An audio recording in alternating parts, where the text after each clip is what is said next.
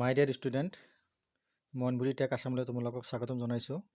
আজি তোমালোকৰ মাজত মই অসম জাতীয় বিদ্যালয় আৰ্হি কিতাপৰ পৰা পানীৰ কথা পাৰ্ট নম্বৰ তোমাৰ 17 নম্বৰ পাৰ্টটো মই আলোচনা কৰিছোঁ।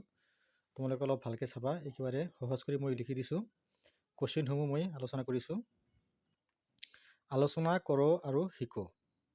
কল কাৰখানাত কিয় পানী লাগে? কিবা কল কাৰখানাত থকা বিভিন্ন ধৰণৰ যন্ত্ৰপাতি ব্যৱহাৰৰ বাবে পানী লাগে। কল কাৰখানাত থকা মানুহবোৰে খাবলৈ, ৰন্ধা বঢ়া কৰিবলৈ, গা ধুবলৈ পানী লাগে। 2 নম্বৰ চোৱা, বিদ্যালয়ত কিয় পানী লাগে? লিখিবা, বিদ্যালয়ত ছাত্ৰ ছাত্ৰী আৰু শিক্ষক শিক্ষয়িত্ৰীসকলৰ পানীৰ প্ৰয়োজন হয়। দুপৰীয়াৰ আহাৰ খোৱাৰ সময়ত আৰু টয়লেটৰ ব্যৱহাৰৰ কাৰণেও পানী লাগে। 3 নম্বৰ চোৱা, ডাক্তৰখানা বা হস্পিটেলত কিয় পানী লাগে? লিখিবা, ডাক্তৰখানাত ডাক্তৰ আৰু নাৰ্ছসকলে ৰোগী চোৱা চিতা কৰাৰ পিছত হাত মুখ ধুবলৈ পানীৰ প্ৰয়োজন হয়। ৰোগীসকলৰ খোৱাৰ সময়ত বিভিন্ন ধৰণৰ যন্ত্ৰপাতি ধুবলৈও পানী লাগে।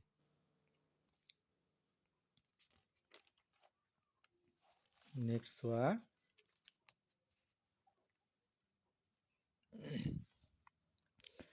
খোৱাৰ উপযোগী পানী কেনেকৈ পাব পাৰি? মাটিৰ তলৰ পৰা পানী কি কি উপায়েৰে উলিওৱা হয়? তোমালোকে জানা আমি কিহৰ পৰা পানী পাওঁ? দমকল, কুঁৱা আৰু পাৱাৰ পাম্প। লিখিবা যে দমকল, কুঁৱা, পাৱাৰ পাম্প আদিৰ পানী উতলাই ফিল্টাৰ কৰি খোৱাৰ উপযোগী কৰিব পাৰি। আৰু কি মাটিৰ তলৰ পৰা দমকল, মটৰ, পাৱাৰ পাম্প আদিৰ সহায়ত পানী উলিওৱা হয় বা তোলা হয়। যেনেকৈ লিখিবা। 5 নম্বৰ চোৱা, পানীয়ে কেতিয়া আমাক অপকাৰ কৰে, কেনেকৈ কৰে? যেতিয়া পানী উপচি চাৰিওফালে বিয়পি পৰে তেতিয়া ঘৰ দুৱাৰ, খেতি বাতি নষ্ট হয়। পানীবোৰ দূষিত হ'লে সেই পানী খালে কি হয়? জ্বৰ, পেটৰ অসুখ, মেলেৰিয়া, জণ্ডিছ আদি বিভিন্ন ধৰণৰ বেমাৰ আজাৰ হ'ব পাৰে।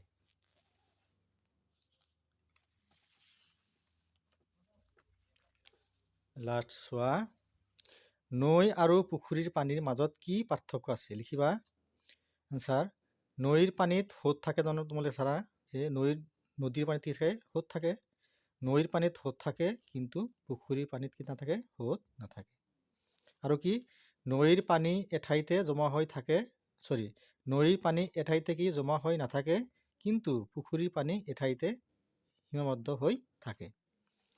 অনুশীলনী, তিতা কাপোৰ এখন শুকালে তাৰ পানীবোৰ কি হয়? তোমালোকে জানা ৰ'দ পৰিলে কি হয়? তাৰ পানীবোৰ কি বাষ্প আকাৰে কি বায়ুমণ্ডললৈ গুচি যায়। লিখিবা কি তিতা কাপোৰ এখন শুকালে তাৰ পানীবোৰ ভাপ হৈ বায়ুমণ্ডললৈ উৰি যায়।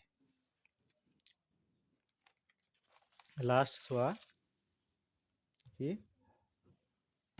ঢাকন মাৰি ভাত ৰন্ধাৰ কাৰণ কি?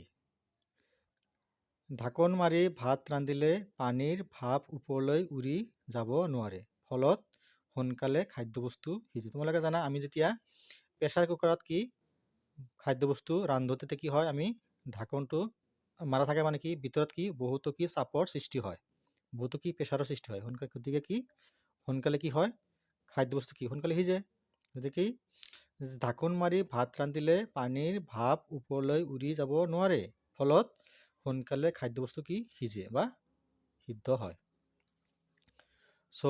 তোমালোকৰ কাৰণে মই প্ৰথম চেপ্টাৰটো 17 নম্বৰ চেপ্টাৰটো আগবঢ়াই দিলোঁ।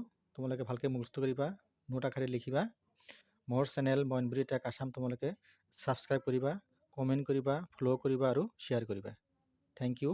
নেক্সট ভিডিঅ'ত তোমালোকক 18 নম্বৰ চেপ্টাৰ মই লিখি দিম, চাই থাকিবা।